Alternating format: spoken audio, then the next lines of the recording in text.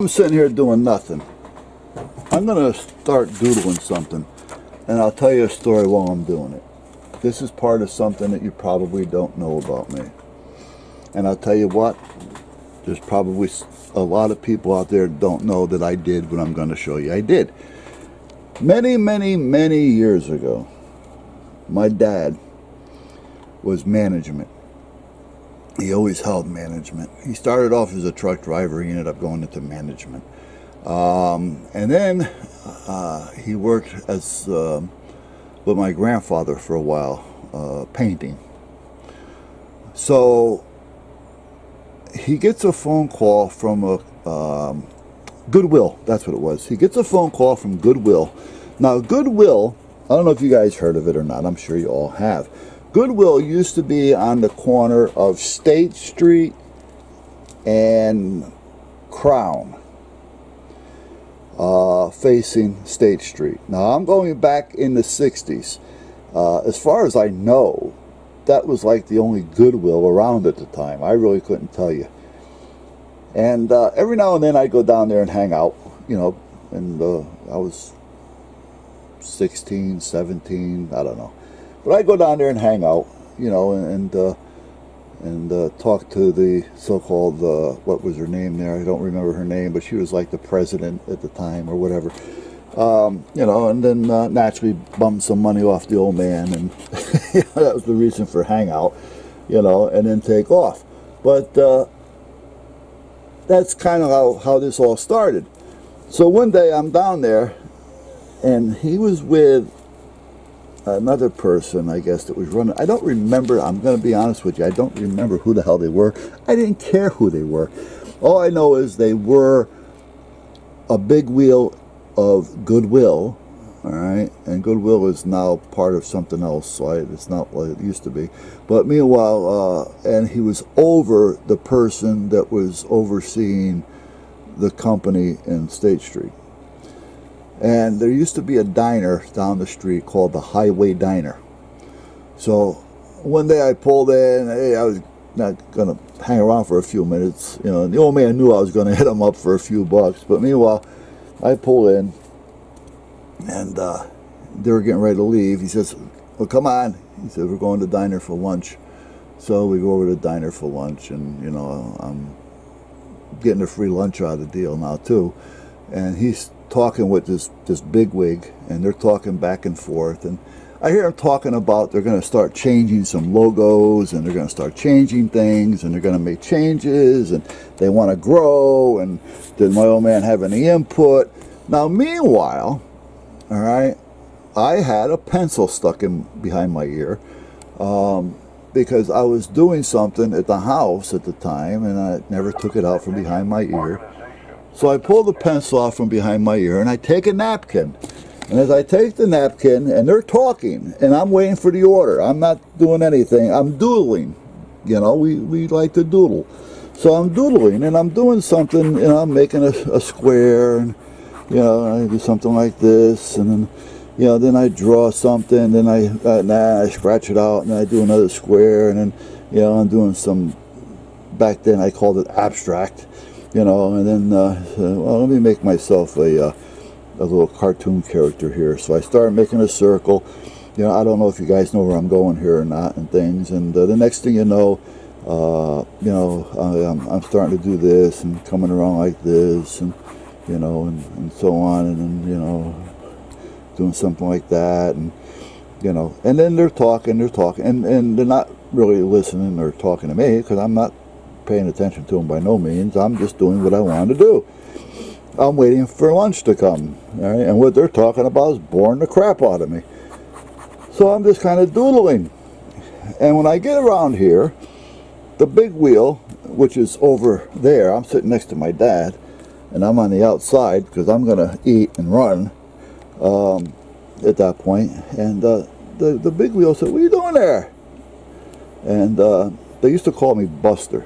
Many, many years ago. I had an Uncle Buster that was the right-hand man for Dutch Schultz in New York. And at that point, he was the Buster. You know, he'd bust bones. So So meanwhile, my nickname was Buster. So they at that point, he says, "What you doing there, Buster?" "I'm doodling. I'm just waiting for dinner lunch. I got things to do." He said, "Let me see that." And he takes it. And he looks at it. He says, "Pretty good. That's cute." And he folds it up and he puts it in his pocket. Now, this is on a napkin. I'm not paying no mind to this at all. About 4 months later, and again, this is around 65, 66 maybe. I don't remember. Back then, especially, I wouldn't remember because I didn't give two shits about years or dates. But it was, like I say, 65, 66, something like that. Hold on.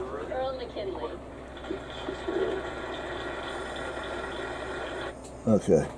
And a few months later, I guess it was a few months later, my dad calls me, says, "Can you come down?" I said, "Yeah, not a problem." I says, "Can it wait, or do you need, if you want, try to get down here before lunch."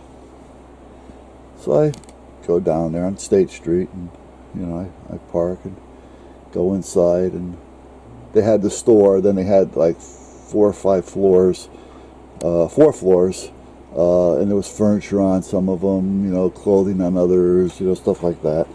And then they had the attic. Now the attic, they had a flat roof.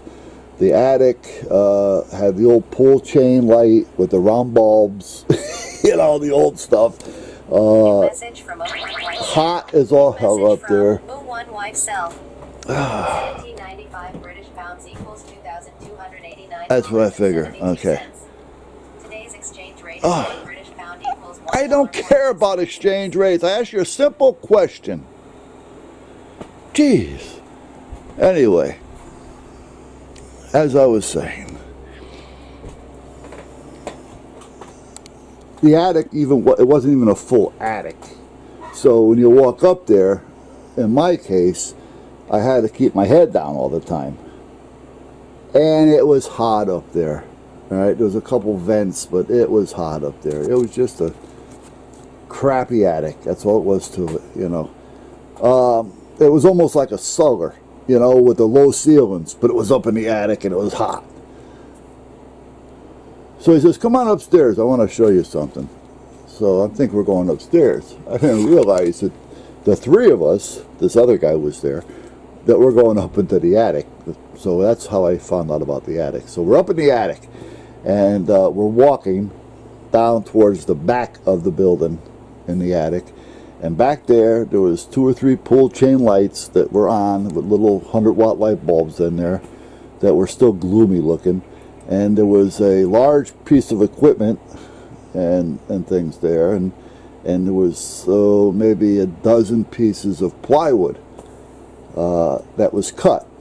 And it was like, well, I'm going to say they were like cut in half, but they weren't quite cut in half, if you know what I mean. They were cut, but they were a little smaller than half. And the guy says to me, what the hell was his name? Anyway, he says to me, "You want a job?" I go, if I want to work a lot, if I wanted to work, I can work with my grandfather, and make good money, or I can work for Goodwill, and make no money. So, so I says to him, "Well, I don't know, yeah." And then, back then, I was a little cocky, and I really don't want to, but working around handicapped people at the time was not going to be one of my favorite things to do. Let's put it that way. As you grow older, you start to learn a little bit more, and you start to become more humanized. But back then, it was like, he says, all you got to do is come up here, and you got to learn something, he said. All right, we need you to do some silk screening. Well, that's what this piece of machinery was. It wasn't it's something you plug in. It was all manual. I go, "What do you mean?"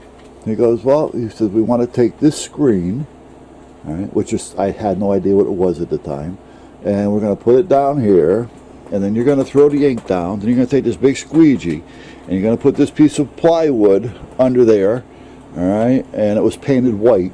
He says, and once you put this plywood under there, you're going to run this big squeegee with the ink all the way up and then run it back down again, and then you're going to lift it up, take that piece out, set it carefully over there until the paint dries. He says, then you do another one. I says, all right, well, back then my first thought was, I'm working? All right, what are you paying me? And we're going to give you $2.50 an hour. All right, so $2.50 an hour. Lucky me, I got a job making $2.50 an hour. No benefits, but I'm making $2.50 an hour. So I like, listen, I'll do it for a few days. I'll do it for a week or so. I'll let you know. I said, you know, and they kind of had an idea I knew a little bit about painting because I used to work with my grandfather, which was a painter. So, and this is basically kind of the same thing. So, meanwhile, all the plywood was painted white. You know, all around the edges were painted white. And the back wasn't painted, but it looked like it had some type of a seal on it. And I put it in, you know, white side up, and I run that squeegee through it and run it back, lift it up, and when I'm looking at it, I'm saying, damn, that looks familiar. Where I'm going here is, what I can't, I'd like to just really say what I think, but they stole my paper towel, my idea, and that's what they're using today as a logo. I designed that logo at the Highway Diner on a napkin. Goodwill took it from me. And even had the gall to have me print up a dozen signs. I did that dozen that day. And after that I walked off. I walked out. And they wanted to know, my dad wanted to know, why? I said, well, that's what I drew. I said, you know, I mean, they should at least give me more money an hour. Yeah, you know, I wasn't thinking about money for doing the design, but, you know, pay me more. I mean, you know, and, you know, naturally they didn't want to do it. They can get somebody that was handicapped up there to do it in some way, shape, or form. You know, because handicap doesn't always mean that, you know, they're disabled in a way they can't function. Sometimes it's just a mind thing, and a lot of them are really smart. They can do things, you know. And again, nothing against the handicap. I mean, really. I mean, my dad worked with them for years, and I met up with a few of them, you know, and I never hung out with them or anything, but, you know, I've talked to them. I used to go visit my dad and things, and, you know, they're, you know, I mean, they're good people. They just got caught with their pants down. So, but meanwhile, that's one thing that you guys probably don't know about me. I designed that, and probably nobody knows, because I don't know who took the credit for it. It was so long ago, and I didn't care back then, really. So I don't know who took the credit for it, but that was done on a paper towel, not a paper towel, a napkin, at the old Highway Diner in New Haven. On I don't remember the street. I know where it used to be exactly. I just don't know if they used to call it Forbes Avenue or had another name. But actually, you know what? I'm going to bring it up just for the hell of it. Let's close some of this down here, because now I'm curious to see what they call it. Well, I don't even know if it's called the same thing anymore. Names and things change like crazy. It was in New Haven. And it was just around the corner from the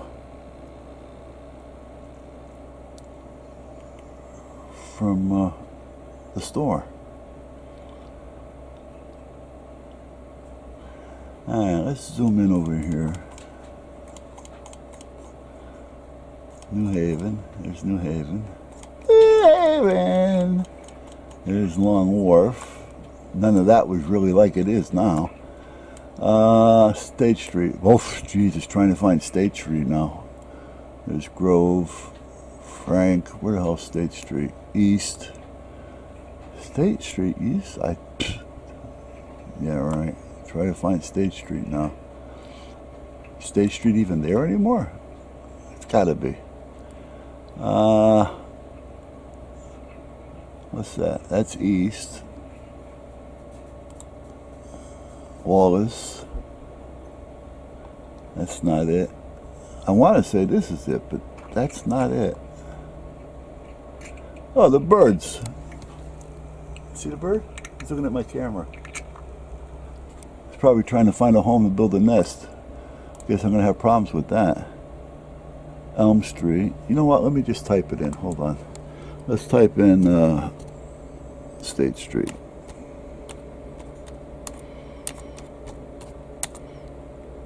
New Haven, Connecticut.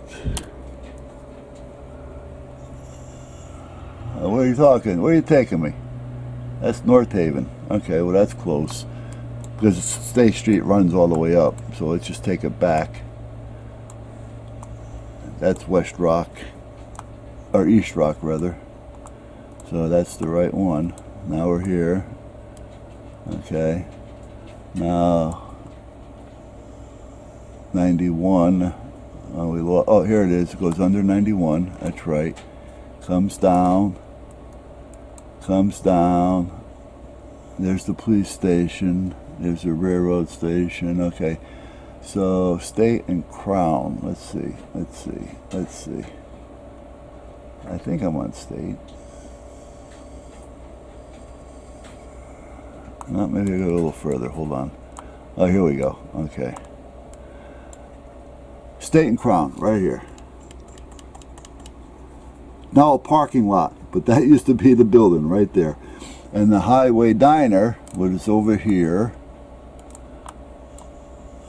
on this little side street next to the highway.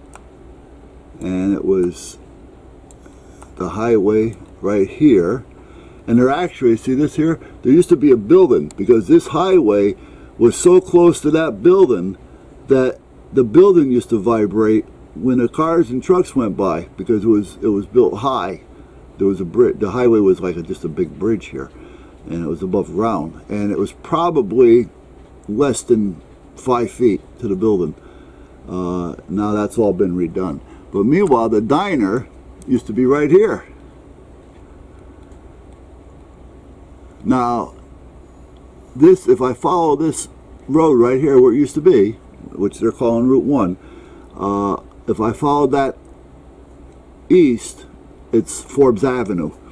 But I don't remember what they used to call it, if it was Forbes Avenue here or not, because right now they're just calling it Route 1. I don't see any name on it at all. So, and there's the old bridge. Yeah. Taxi company used to be over here on Fair Street. This used to be the taxi, yellow cab. All right. But this is where the diner used to be, right here in this parking lot area.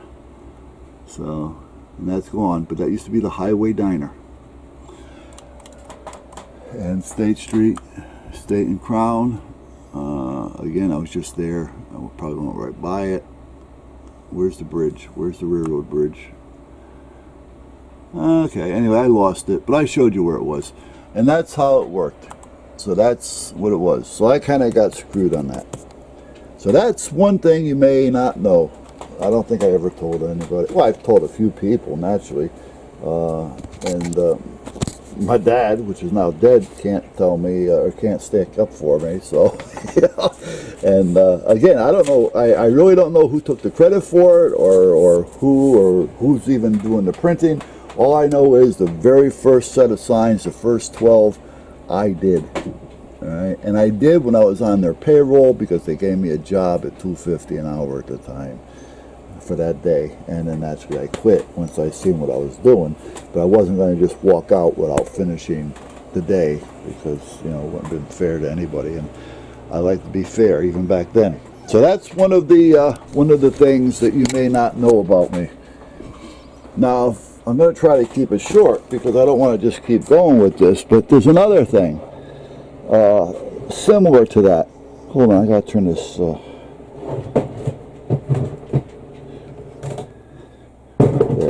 turn that off. Now back in the oh, I'm sorry guys, back in the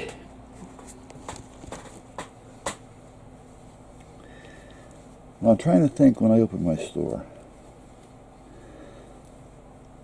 Early 80s. Yeah, it was back in the early 80s.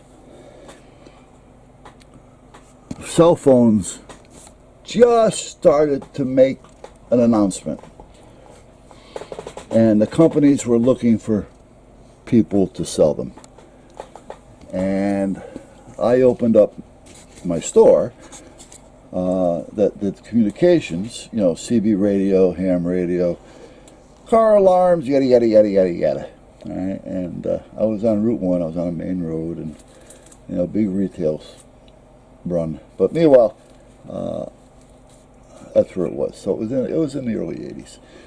And a couple of phone companies approached me, and I think I told you the story on how that works. Back then, they used to pay me at the point, anybody that sold their phones basically, but I'm talking about me. If I was to sign a contract, meaning you came into my store and you bought a phone and you signed a contract for the service, because you have to sign a contract for the service, I would, in fact, I would take the contract, I would fax it, all right, to the company. And back then it was Lynx, Metro Mobile, and Dryphone. And they would pay me, once that's been approved and you get your phone line and I program it into the phone, once I get the approval on that, they pay me $350. So they would pay me $350 for every contract that I turned in and that was approved. Because you have to have, back then, had to have really good credit, because it was new and they weren't just going to start throwing it out. And if you didn't have decent credit, they'd want $500 to $1,000 deposit. But at that point, it was a contract. I got paid $350 for every contract. Then I got 2% residuals off your phone bill every month. So, and back then, you know, there was nothing, I mean, this because they were new.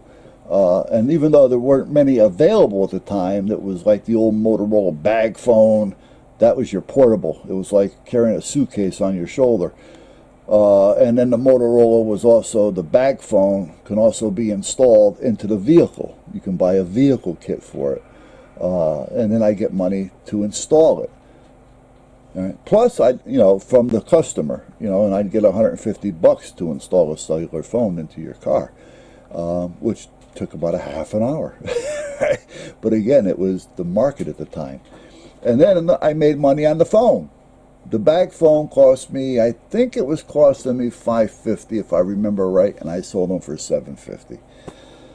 So it was a win-win-win. You know, by the time you're done, you're pulling $600, $700, $800 off that one transaction. And you know, you do, you know, at first I'm doing, you know, 15 or 20 a month, and it started going up to 50, 60 a month, you know, and then the next thing you know, you're doing 100 a month.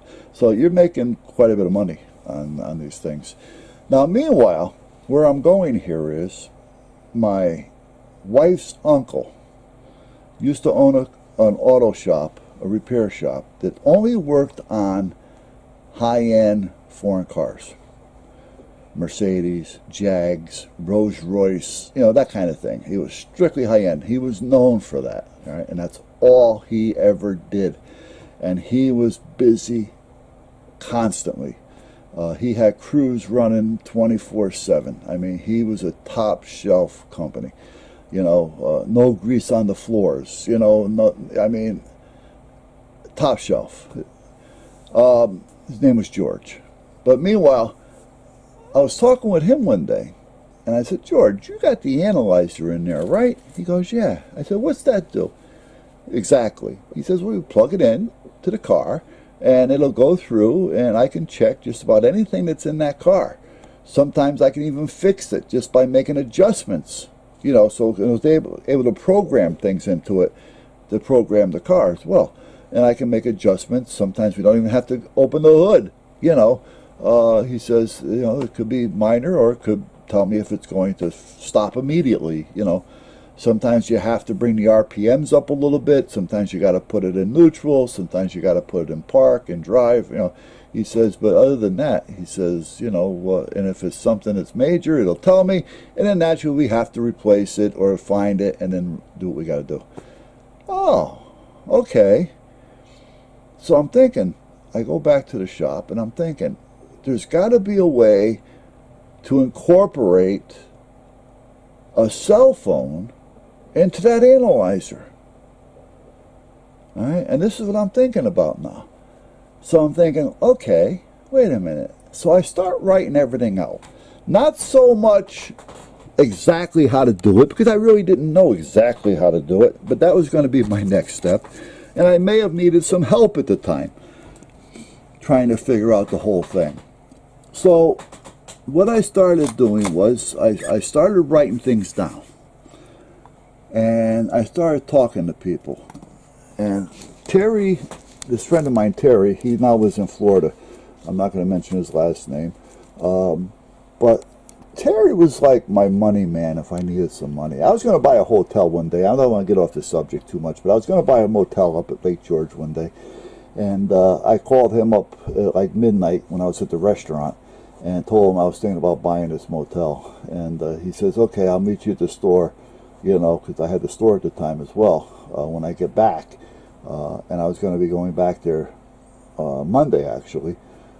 So I told him, okay, well, then we'll talk about it. So I was going to buy it. But then he made some good points. I'm not going to be there to watch it. So it's not a good idea to buy something that I can't keep an eye on. Because I'm going to have the mortgage and people are going to be out there, you know, renting rooms, you know, getting cash. And who's going to, you know what I mean? So, yeah, there's ways around it. I could have put door timers and door counters. But you know what? It ain't worth it. So anyway, I never did it. But meanwhile, Terry, I'm talking to Terry, and he says, well, I know a few people that might be interested in that. He says, but you may want to try to get a hold of a couple of the manufacturers, you know, like GM, Ford, stuff like that. And I says, yeah, I said, let's give it some thought, but I got to get it planned out more. So I write everything down, what I'm looking to do. I had it written down, and I'm going to just paraphrase all of this right now. One of my points of sale here was, you're driving down the road, you're traveling, you know, cross country or whatever the case may be, you, your wife, an older person, a younger person, you know, and you're out there and the light comes on your car and your car's running funny and, you know, you don't know where to go, what to do, you know, so, oh shit, what do I do? You know, and now if you have a phone, which you should have, if anything, you're going to, you know, try to find somebody, and then is the distance going to be there, and all this other shit. So I said, you know what, it would be nice to have it so that, and you're going to know where I'm going here now, so that if I have a problem with my car, I hit a button, and it automatically connects me to the closest dealer, you know, the shop. You know, if it's a Chevy, you know, well, it's going to say, okay, the closest Chevy is 10 miles, then we're connecting you to it. You know, it rings, you tell them you're having a problem, and right from there, they tell you, okay, we're going to hook you up to the analyzer. They tie you into the analyzer, and they can tell you what's wrong with your car, and either say, listen, it has to come in, all right, you can drive it, it's safe, it has to come in, don't drive it, we're going to send a tow truck, or we can fix it right there, don't worry about it. Meaning, okay, put it in neutral, you know, rev it up to 2,500 RPMs, whatever the case may be. You know, I'm just paraphrasing here. Or they send whatever. And it automatically bills your credit card. So this is all done. So you're never really going to be, you're never going to get stuck. You know, you always have help. Sound familiar? So I write all this out. 4 pages. I write it out. Double-sided, 4 pages. And I wrote out I typed out 2 copies on the computer. And I printed it out. That's right, too, because I didn't even have the internet back then. Yeah, that's right, too. Yeah. I typed it on the computer, and I sent a copy to General Motors and a copy to myself. And I sent the copies signed, you know, for the receipt, signed receipt requested. So when it came to me, I had to sign for it, even though it's coming to me. And all I did was I put it away. I just put it away. I don't want to open it. It's unopened. I want to put it away because that's the only proof I have through the stamp on the date and what's in it to prove that I did it on that day. You follow me? And I went to General Motors, and I got the receipt back from them, and I put it with my envelope away. Well, putting it away was putting it in the desk drawer. Right? So, and that was it. Well, what happens? Well, we ended up selling the house and moving on to the boat. And no, we sold one house. We moved to the house that we built. We had a house built on the lake, and so now we start moving things. And then from there, we ended up moving on to the boat for 4 years. So we started giving things away. One of them being my desk. And next thing you know, I can't find this paperwork to prove that it was me. The only one I can have proof is Terry. Now, he's still around. He's still in Florida, so he can still tell you the story. But apparently General Motors liked the idea, and they're using it.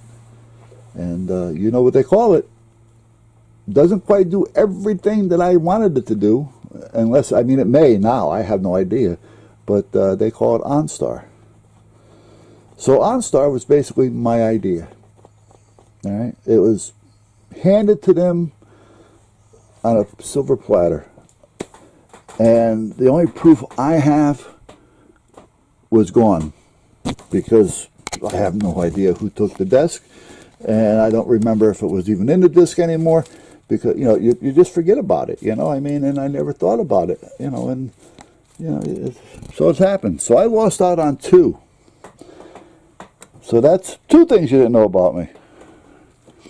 Now, personal-wise, there's not much I could tell you personal-wise. I mean, I'm pretty well open book with you guys. I was a bodyguard for Jack Cassidy. I was the bodyguard for, what's his name? Danny Kaye. David Copperfield. And I don't remember his name. I only watched him twice. He was on a weekly show called The Land of the Giants, I think it was. And he was on the show, he appeared to be the little fat guy, you know, the little fat coward with the beard. But in reality, he wasn't a little fat guy. He was heavyweight, yeah, but he was actually about 6 foot tall, you know. But they always made him look like he was the little fat coward on The Land of the Giants. I don't remember his name. I watched him twice. But the other guys, every time, David Copperfield, he only came in twice, so at the Palace, so I only watched him twice. But Danny Kaye and Jack Cassidy, every time they came into New Haven or into the Connecticut area within a 25-mile radius of me, I was assigned to them. So, and it was interesting. You know, there was a lot of interesting things with them. And then I traveled to the Adirondacks. Who did I watch out there? I had to. They were doing some type of a ski-a-thon thing for handicapped children or something, and it was a fundraiser. It was a female. I can't remember her name. Sherry. Anyway, couldn't have been too important. I can't remember her name. I can visualize the face. I can't remember the name. But yeah, so I could tell you stories about that stuff. But other than that, there's 3 of them. All right. There's another one I can tell you as far as a plan that I came up with that Stop and Shop started using. They call it a P-Pod or something like that. Basically, do your grocery shopping at home. But that's another invention, if you want to call it such, that I lost. Now, I lost that one because of Terry. So, you know, got a little pissy with that one. But, but yeah, you can't let little things come between friendship. You know, that's all there is to it. So there's 3 things. Now, are they personal enough? I don't know. You tell me. Like I say, you know, when I get on here, I'm pretty well an open book anyway. There's certain... So I hope that kind of entertained you guys for, what do I got, 35 minutes. Whoa. didn't mean to take that long on a video respawn, guys, but I can't just tell you. I had to tell you the story behind it because, you know, it's the story that brings it to the end. You know, it's like picking up a book and just reading the last page. You know, if I just told you what happened, you know, but I wanted to kind of tell you the whole story because, you know, without the story, you know, well, I can't say there's any truth to it anyway, but there is, you know, but I just can't prove the truth. But the more the story that I can tell you with it all, the more you understand that I've been there. I did that, you know. So, all right, guys, I am going to shut down for now. I got to go across the street and give my neighbor $100 for fixing the car. Oh, by the way, on the I'll get back to that.